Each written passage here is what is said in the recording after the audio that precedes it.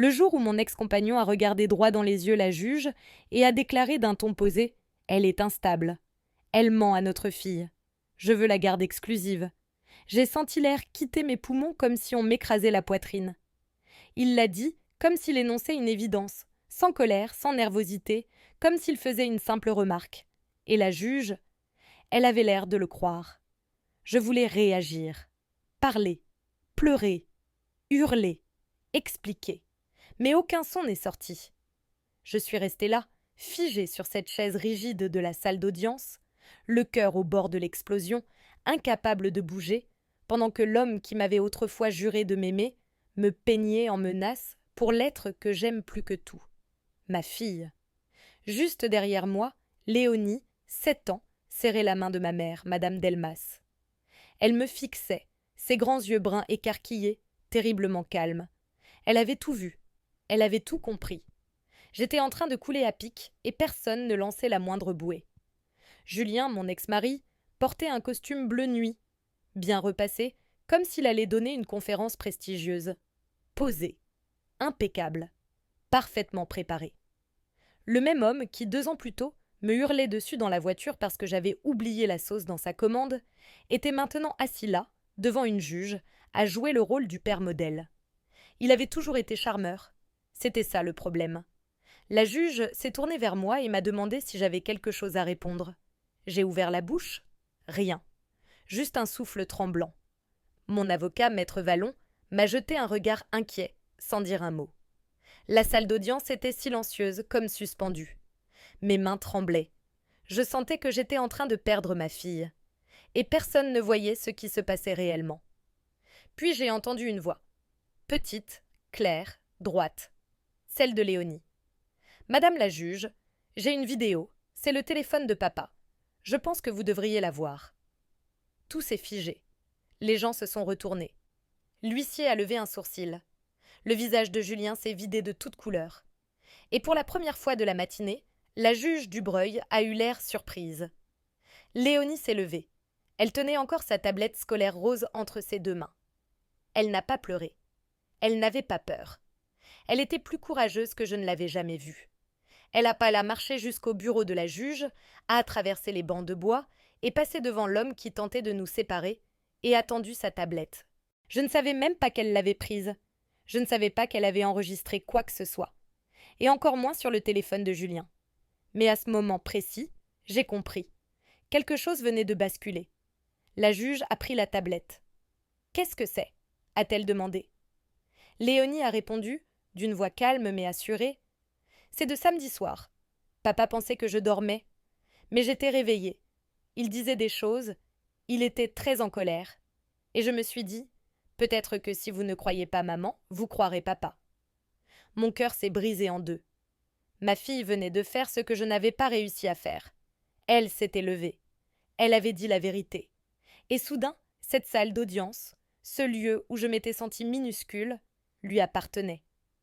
Avant ce tribunal, avant ce costume, avant ce silence glacial, il y avait nous. Juste nous deux.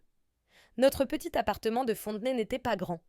2 chambres, une salle de bain, et ce vieux parquet qui grinçait dès qu'on marchait après 22 heures. Mais Léonie adorait cet endroit. Elle l'appelait notre nid. Elle disait que les rideaux roses de sa chambre faisaient penser à l'intérieur d'un nuage en barbe à papa. Chaque soir, elle s'installait sur son lit avec son pingouin en peluche, Polo, et me demandait 2 histoires au lieu d'une.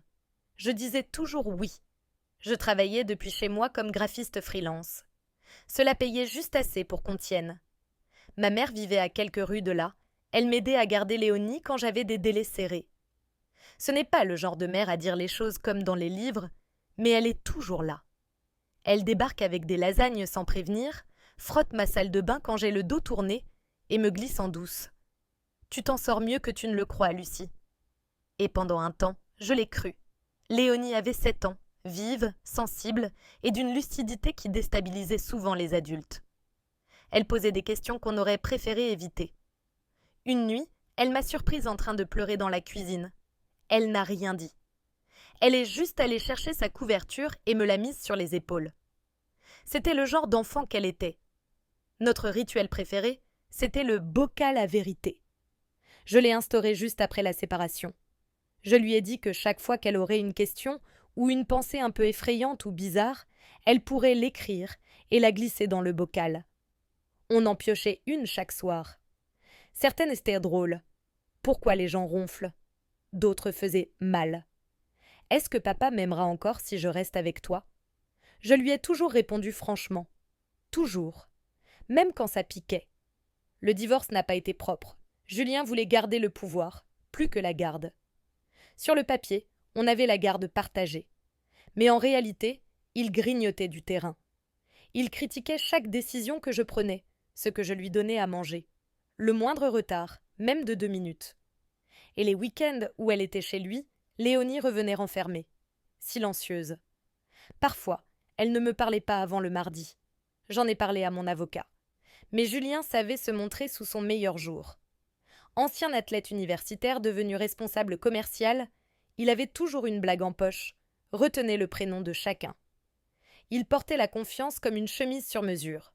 En public, c'était le papa parfait. En privé, il explosait pour un verre d'eau renversé. J'ai tout documenté. Mail, texto. J'avais un dossier entier rempli de messages où il m'insultait, me traitait d'instable, de folle. Des mots qu'aucun enfant ne devrait entendre de la bouche de son père à propos de sa mère. Mais je n'ai jamais montré ça à Léonie. Je pensais la protéger. Un soir, après un retour tendu, elle m'a demandé si moi aussi j'avais peur de papa. J'ai hésité. Elle a baissé les yeux sur ses céréales et a dit « Moi, j'ai peur. Mais je crois que j'ai pas le droit de le dire. » Cette nuit-là, je n'ai pas fermé l'œil. Je suis restée allongée, les yeux rivés au plafond, à me demander si je n'avais pas échoué. Si à vouloir préserver la paix, je n'avais pas laissé le danger s'installer. Quelques semaines plus tard, Julien a déposé une demande de garde exclusive. Il disait que je perturbais Léonie, que je mentais à son sujet, que je n'étais pas capable d'assurer un environnement stable. Son avocat a dressé un portrait glaçant. Femme instable, émotive, incapable de coéduquer. Quand j'ai lu les conclusions, mes mains ont tremblé. J'ai dû m'asseoir par terre. Ma mère m'a pris le poignet et m'a dit « Tu as la vérité. C'est suffisant. » Je voulais y croire. Mais la vérité, au tribunal, ce n'est pas ce qu'on entend le plus fort. C'est ce qu'on ensevelit sous les preuves, ce qu'on démonte à coups de stratégie. L'avocat de Julien a fait de moi un fantôme. Et pendant tout ce temps, Léonie observait. Elle voyait mes larmes retenues. Elle entendait mes « ça va aller » que je murmurais sans y croire. Je ne savais pas qu'elle préparait quelque chose. Elle n'avait que 7 ans. Mais elle avait compris ce que personne n'osait dire à voix haute. Elle savait que la vérité comptait, et que parfois, c'est un enfant qui doit la faire entendre. L'audience décisive avait été fixée un lundi matin. La veille, je n'ai presque pas dormi. Léonie s'était endormie avec Polo, son pingouin en peluche, fermement serré contre elle, et moi, je suis restée assise à côté de son lit jusqu'au lever du soleil. J'avais l'impression qu'un poids invisible m'écrasait la poitrine. Ce n'était pas juste une procédure. C'était un combat pour ce qu'elle connaissait comme sa vie, pour la seule chose que j'avais toujours juré de protéger, coûte que coûte. Ce matin-là, ma mère était venue avec nous. Elle portait son foulard en soie bleu marine, celui qu'elle ne sortait que dans les grands moments, ceux qui demandèrent du courage. Elle savait que je n'en avais plus beaucoup. Léonie avait mis sa robe bleue avec des tournesols brodés. Elle avait glissé sa tablette scolaire dans son sac à dos, comme toujours. Elle n'a pas dit grand-chose dans la voiture. Elle regardait le paysage défiler en silence, en fredonnant un air que je ne connaissais pas. Quand nous sommes arrivés au tribunal de Villedieu, Julien était déjà là. Il portait le même costume qu'il avait mis pour notre dîner de répétition de mariage. Sauf qu'il n'y avait plus rien de chaleureux dans son regard, seulement de la stratégie. Son avocat, maître Prévost, se tenait à côté de lui, chemise impeccable, parlant à voix basse, comme si tout était déjà joué. Julien a tourné la tête, m'a regardé, puis a salué ma mère avec un sourire presque moqueur. Léonie n'a pas répondu. Elle n'a même pas cligné des yeux. La salle d'audience ressemblait à un théâtre. Tout était froid, millimétré. Nos noms étaient inscrits à l'ordre du jour. Mais ce n'était pas moi qu'on jugeait. C'était l'image qu'il avait construite de moi soigneusement, mot après mot. Quand la juge Dubreuil est entrée, le silence s'est abattu comme une chape de plomb. Elle n'a pas perdu une seconde. Elle s'est tournée vers maître Prévost et a dit « Vous pouvez commencer ». Il s'est levé, confiant, et a déroulé son récit. Julien, père responsable, emploi stable, logement irréprochable. Il a dit qu'il tentait de protéger Léonie des comportements émotionnellement imprévisibles de sa mère. Il a présenté des extraits de textos entre Julien et moi, tronqués, hors contexte. Dans l'un d'eux, j'écrivais que j'étais dépassée et épuisée. Il en a fait la preuve d'un déséquilibre mental. Dans un autre, je lui demandais de ne pas me crier dessus devant notre fille. Il a interprété cela comme une tentative de contrôle et de manipulation. Je suis restée là, le souffle court, à regarder l'homme avec qui j'avais partagé une vie transformer mes mots en armes. Julien a ajouté, la voix posée, presque triste, « Elle n'est pas bien. Elle raconte à notre fille que je suis le méchant. Elle la rend confuse.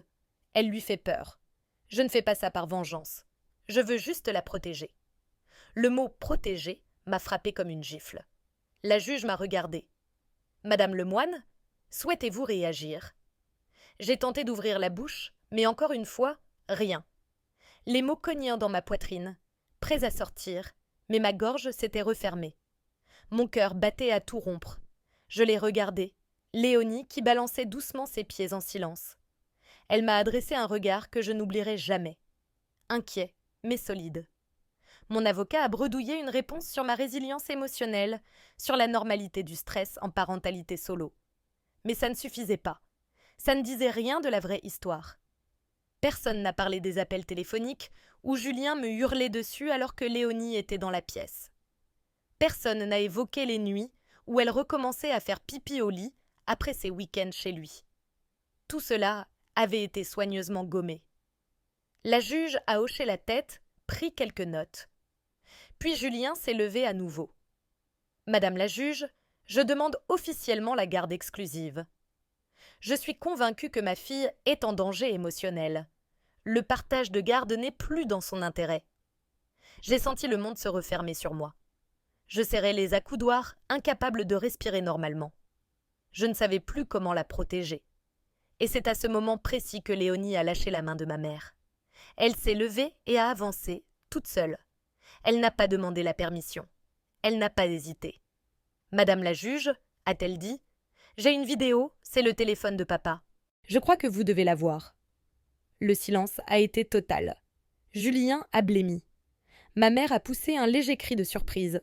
Je me suis retournée lentement, les yeux écarquillés. Léonie était là, bien droite, tenant sa tablette comme un bouclier. Sa robe lui arrivait juste aux genoux, un peu courte déjà, mais elle ne bougeait pas. Pas un tremblement, pas un regard en arrière. « C'est de samedi », a-t-elle ajouté. Il ne savait pas que j'étais réveillée. Mais j'ai entendu, et j'ai pensé que ça pouvait compter. Personne ne bougeait. Julien, son avocat, la juge, tous figés. Mais moi, pour la première fois depuis le début de cette audience, j'ai senti que l'air revenait dans mes poumons. Léonie n'avait pas seulement apporté une vidéo. Elle avait apporté la vérité dans cette pièce, et tout le monde l'avait ressenti. Elle tenait tête, seule, à un homme qui lui avait appris à se taire, et elle avait décidé de ne plus obéir. La juge Dubreuil a échangé un regard avec l'huissier, puis a hoché la tête. « Apportez-la-moi », a-t-elle dit.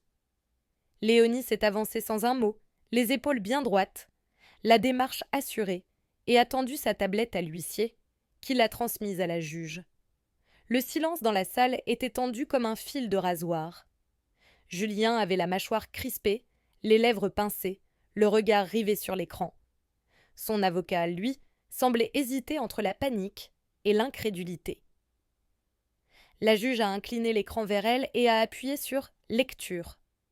Au début, on n'entendait que des sons de fond, un bourdonnement lointain, le genre de silence habité qu'on entend la nuit quand tout dort. Puis, la voix de Julien a surgi. Aiguë, sèche, agressive, rien à voir avec le ton poli qu'il venait d'employer devant la juge. « Tu crois que t'es maligne, hein ? Vas-y, raconte à qui tu veux. Tu verras bien. Tu finiras dans une famille d'accueil. Et ne crois pas que ta mère pourra te sauver.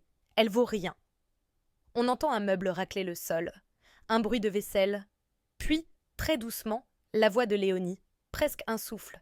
« Je suis désolée. » Il la coupe. La ferme, Tu devrais me remercier que je t'ai laissé venir.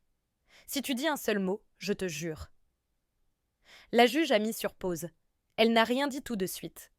Elle était restée figée, les yeux sur l'écran, le regard dur. Julien s'est agité sur son siège. Son avocat lui a soufflé quelque chose à l'oreille, précipité, mais elle a levé la main sans même le regarder. « D'où vient cet enregistrement » a-t-elle demandé. Léonie a répondu sans baisser les yeux.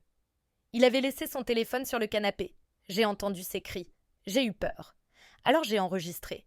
Je voulais que quelqu'un entende. Je voulais qu'on nous croie, maman et moi. » Ma gorge s'est nouée. Ma fille avait eu peur. Et au lieu de fuir, elle avait tendu un piège. Avec le sang-froid d'un adulte. Elle avait eu le courage de préparer ça toute seule. Je voulais me jeter à ses pieds, la prendre dans mes bras, lui dire qu'elle n'aurait jamais dû avoir à faire ça. Mais je suis restée assise, parce que ce moment, c'était le sien. Julien s'est levé, le visage fermé. « Madame la juge, cette vidéo est sortie de son contexte. Je l'éduquais. Elle faisait une crise. » Cela suffit. La voix de la juge n'était pas forte, mais elle a tranché net comme une lame. Il s'est rassis, docile. La juge s'est tournée vers Léonie. « Merci pour ton courage. Tu peux retourner à ta place. » Ma fille a hoché la tête et a marché lentement vers le banc. Elle commençait à ressentir le poids de tout ça. Ma mère l'a soulevée et l'a prise sur ses genoux, en silence. La juge s'est tournée vers moi. « Madame Lemoine, souhaitez-vous ajouter quelque chose ?» Cette fois, ma voix est sortie. Simple. Claire. « Non, madame la juge. » Ma fille a tout dit. Elle a hoché la tête, s'est adossée dans son fauteuil et a fermé les yeux quelques secondes. Puis elle a rouvert ses paupières et a balancé son verdict d'un ton neutre. « En raison de ces éléments, je demande une révision immédiate des modalités de garde. En attendant cette réévaluation, la garde exclusive temporaire est confiée à madame Lemoine. Les visites de monsieur Delaunay seront supervisées. Monsieur l'huissier, veuillez escorter monsieur Delaunay hors de la salle jusqu'à nouvel ordre. » Uliane s'est figée. « Vous n'êtes pas sérieuse. » L'huissier s'est approché. « Monsieur. » Il avait l'air prêt à protester, mais finalement il s'est levé, serrant les mâchoires, et a quitté la pièce, son avocat sur les talons. La salle s'est vidée lentement après cela, mais nous sommes restées assises. Léonie ne disait plus un mot. Sa tête reposait contre l'épaule de ma mère. Je me suis levée, lentement, et je suis allée les rejoindre. Je me suis agenouillée devant elle. « Tu as été incroyable. » Elle a hoché la tête sans répondre. Elle comprenait maintenant ce que ça voulait dire, d'avoir porté tout ça. Ce n'était pas juste dire la vérité, c'était faire face à quelqu'un qui lui avait appris à se taire et changer le cours des choses. Quand Julien a quitté la salle escorté par l'huissier, j'ai senti quelque chose s'ouvrir dans l'air, comme une fenêtre qu'on aurait entr'ouverte dans une pièce fermée trop longtemps. Je pouvais respirer à nouveau, pas complètement, mais suffisamment pour me rappeler que j'existais, que j'étais debout, que j'avais encore une voix. La juge a quitté l'estrade sans un mot de plus. Mais quand elle a regardé Léonie une dernière fois, il y avait autre chose dans ses yeux. Ce n'était ni de la pitié, ni de l'étonnement. C'était du respect. J'ai rassemblé nos affaires, les mains encore tremblantes. Léonie était toujours levée contre ma mère, les paupières lourdes. Sa tablette était posée à côté d'elle, écran noir. Je lui ai pris la main. « Tu veux venir avec moi ?» Elle a hoché la tête, a glissé de la banquette, et nous avons quitté la salle d'audience. Les regards nous suivaient. Certains détournaient les yeux. D'autres nous fixaient sans rien dire. Une femme, au passage, a murmuré le mot « courageuse ». Une fois dehors, je me suis mise à genoux devant Léonie. J'ai posé mes mains sur ses bras. « Ça va ?» Elle a haussé les épaules, puis a murmuré « Je ne voulais pas le faire, mais je devais. Je sais, je suis si fière de toi. Tu n'aurais jamais dû porter ça seule. » Elle a baissé les yeux. Je ne savais pas s'ils allaient me croire. Ma gorge s'est serrée. Ils t'ont cru, parce que tu as dit la vérité, et parce que tu as été plus forte que beaucoup d'adultes. Elle a levé les yeux vers moi, des larmes discrètes brillantes dans le regard. Est-ce que ça veut dire que je ne devrais plus retourner chez papa ? Je l'ai serrée contre moi, fort, juste assez pour qu'elle se sente protégée. Tu es en sécurité, c'est tout ce qui compte. Les agents du tribunal nous ont remis quelques documents et expliquer les premières mesures. Julien ne pourrait voir Léonie qu'en présence d'un professionnel agréé dans un centre neutre, en attendant une évaluation psychologique complète. Rien n'était encore terminé. Il y aurait d'autres audiences, d'autres dossiers, d'autres matins passés à défendre notre vérité dans des salles qui ressemblent à des champs de bataille. Mais le plus dur, c'était derrière nous. Cet après-midi-là, nous sommes allés directement chez ma mère. Je ne voulais pas retourner à l'appartement tout de suite. Je ne voulais pas que Léonie retrouve le silence de nos murs, ce silence parfois trop lourd dans les petits espaces. Ma mère a préparé de la soupe, même s'il faisait chaud dehors.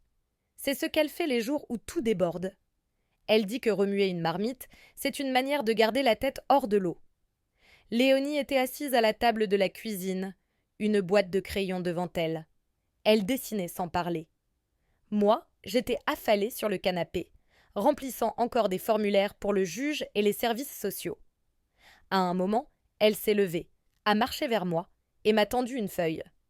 Dessus, 2 mains se serraient autour d'un cœur rouge.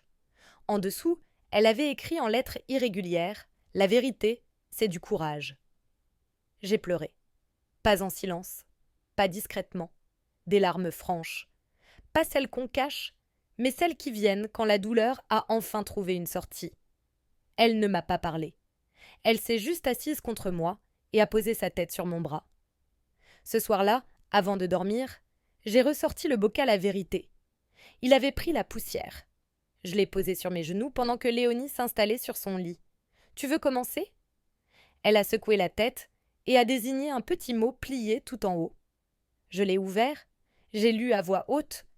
Que se passe-t-il quand la vérité fait de la peine ? Je l'ai regardé. C'est toi qui as écrit ça ? Elle a acquiescé. Sa voix était basse. Je ne voulais pas faire de mal à papa. Je ne voulais juste plus avoir peur. J'ai attrapé sa main. C'est vrai que la vérité peut faire mal, mais le silence fait encore plus mal. Ce que tu as fait aujourd'hui, ce n'est pas faire du mal, c'est nous protéger. Toi, moi, ce n'est jamais mal de se défendre. Elle a regardé le bocal, longtemps, puis a chuchoté. Je crois qu'on devrait recommencer tous les soirs. J'ai répondu, on le fera, promis. Cette nuit-là, après qu'elle s'est endormie, je me suis levée et je suis allée dans le salon. Je suis restée debout devant la fenêtre. Les réverbères clignotaient. Les voitures passaient en silence. La vie reprenait son cours. Mais à l'intérieur de notre monde, tout avait changé. Julien ne contrôlait plus le récit. Il n'avait plus la main sur Léonie. Et pour la première fois depuis des années, j'ai respiré autrement. Pas avec cette respiration courte de la survie. Une vraie, celle qui dit « Je suis encore là ». Léonie avait affronté un monde bien trop lourd pour une enfant. Et elle ne l'avait pas seulement supporté, elle l'avait transformé. 4 semaines plus tard, le jugement définitif est tombé. En ce jour-là, tout était différent. Le psychologue désigné par le tribunal avait rendu un rapport détaillé. Il y décrivait un comportement contrôlant, une instabilité émotionnelle et une absence totale d'empathie de la part de Julien envers le bien-être de Léonie. Bien sûr, il a tout nié. Mais la vidéo parlait plus fort que toutes ces dénégations. Combinée au témoignage de Léonie, elle a suffi. La juge a tranché, garde légale et physique exclusive pour moi. Julien n'aurait droit qu'à 2 visites par mois, encadrées par un professionnel dans un lieu surveillé. Plus de nuits chez lui, plus de week-ends à huis clos, plus de menaces murmurées entre 2 portes. La voix de Léonie avait brisé cette illusion pour de bon. Nous avons quitté le tribunal en silence. Elle tenait ma main fermement. Ma mère marchait à côté de nous, son sac battant contre sa hanche. Elle regardait autour d'elle, comme pour s'assurer que Julien n'était pas là, même si on savait qu'il n'oserait pas s'approcher. Il ne m'avait pas adressé un mot depuis la première audience. Ça m'allait très bien. Ce soir-là, nous avons fêté ça dans une petite brasserie que Léonie adorait. Celle avec les banquettes rouges et les pancakes en forme d'animaux. Elle s'est assise en face de moi et m'a demandé « C'est fini maintenant ?» Je n'ai pas menti. C'est plus sûr maintenant. On n'a pas fini de traverser tout ça, mais on n'a plus peur. Elle a hoché la tête et a commencé à tourner sa paille dans son chocolat au lait. Je suis contente d'avoir parlé. Moi aussi. Il m'arrive encore de repasser cette journée dans ma tête. L'expression sur le visage de Julien quand Léonie a parlé. la force de sa voix, le calme. Elle avait porté plus que son âge, et elle avait trouvé la seule arme qu'on ne pouvait pas lui enlever, la vérité. Elle m'a rappelé que le courage ne crie pas toujours. Parfois, il chuchote. Et ça suffit à changer le cours d'une histoire. Dans les semaines qui ont suivi le jugement, j'ai repris une thérapie. Pas parce que j'étais en train de m'effondrer, mais parce que, pour la première fois depuis des années, j'avais de l'espace. De l'espace pour comprendre ce que j'avais traversé. De l'espace pour ressentir ce que je n'avais jamais osé affronter. Pendant trop longtemps, j'avais fonctionné en mode survie, luttant juste assez pour ne pas couler. Mais la sécurité retrouvée m'a permis de poser les armes. J'ai compris que je ne savais plus ce que c'était de se sentir réellement en sécurité. Ça allait prendre du temps, mais j'en avais enfin. Léonie, elle aussi, a commencé à changer. Elle dessinait plus. Ses croquis étaient différents. Avant, elle dessinait souvent des maisons sans fenêtres, des ciels sombres, des personnages seuls. Désormais, il y avait des arbres avec des racines, des enfants qui se tenaient pour la main. Un jour, elle a dessiné notre bocal à vérité et l'a accroché au mur de sa chambre, juste au-dessus de son lit. Chaque soir, elle me rappelle qu'il faut y piocher une note. Un soir, je suis tombée sur une question. Est-ce que les gens courageux ont encore peur parfois ? J'ai souri. Oui, ils ont peur, mais ils ne laissent pas la peur écrire la fin de l'histoire. Quelques jours plus tard, elle a écrit une autre note. Est-ce que les enfants peuvent aussi protéger les grands ? Je l'ai regardé dans les yeux. Tu l'as fait. Si je raconte cette histoire aujourd'hui, ce n'est pas pour faire pleurer. Ce n'est pas pour rejouer la scène du tribunal ou pointer du doigt un homme. C'est pour celles qui, en ce moment même, sont assises seules, en silence, en se demandant si quelqu'un les croira un jour. Celles qui se demandent si la vérité peut suffire face à quelqu'un qui sait si bien jouer la comédie. Cette histoire est pour elles. Parce que parfois, la vérité ne vient pas d'un avocat, ni d'un dossier bien monté. Parfois, elle vient d'une petite voix, d'un enfant qui a vu trop de choses, trop tôt, et qui décide qu'il est temps de ne plus se taire. Pendant longtemps, j'ai cru que mon rôle de mère, c'était de protéger Léonie de tout ce qui était dur, compliqué, injuste. Maintenant, je sais que mon rôle, c'est de marcher à ses côtés à travers ce qui est dur, de lui apprendre à dire ce qu'elle ressent, à affronter les vérités, à me voir pleurer sans en avoir honte, puis à me voir me relever. Les jours difficiles n'ont pas disparu. Ils existent encore, mais ils ne nous définissent pas lutte. Nous ne sommes plus les versions fragiles de nous-mêmes que Julien avait essayé de figer dans son récit. Nous sommes solides, nous sommes clairs, nous sommes libres. Ce jour-là, dans cette salle d'audience, Léonie ne m'a pas seulement sauvée. Elle s'est sauvée elle-même. Elle n'a pas seulement apporté une vidéo, elle a apporté la lumière. Et pour la première fois depuis longtemps, je n'ai pas eu la sensation de la perdre. J'ai eu l'impression de la découvrir pleinement. Si tu es encore là, à écouter cette histoire jusqu'à la fin, merci. Ce n'était pas une histoire facile à raconter. Mais je crois que des histoires comme celle-ci doivent être dites. Parce que quelque part, une autre femme attend peut-être de savoir si elle n'est pas la seule à souffrir dans le silence. Et peut-être qu'elle avait besoin d'entendre ça. Si cette histoire t'a touché, n'hésite pas à l'aimer, à la partager avec quelqu'un qui a besoin de l'entendre et à laisser un commentaire. Je les lis tous et ils comptent plus que tu ne peux l'imaginer. Et si tu veux écouter d'autres histoires vraies, brutes, sincères et pleines de cœur, abonne-toi à la chaîne et active les notifications. Il y en aura d'autres. Merci encore d'avoir été là. Reste fort, reste doux. Et n'oublie jamais que la vérité compte.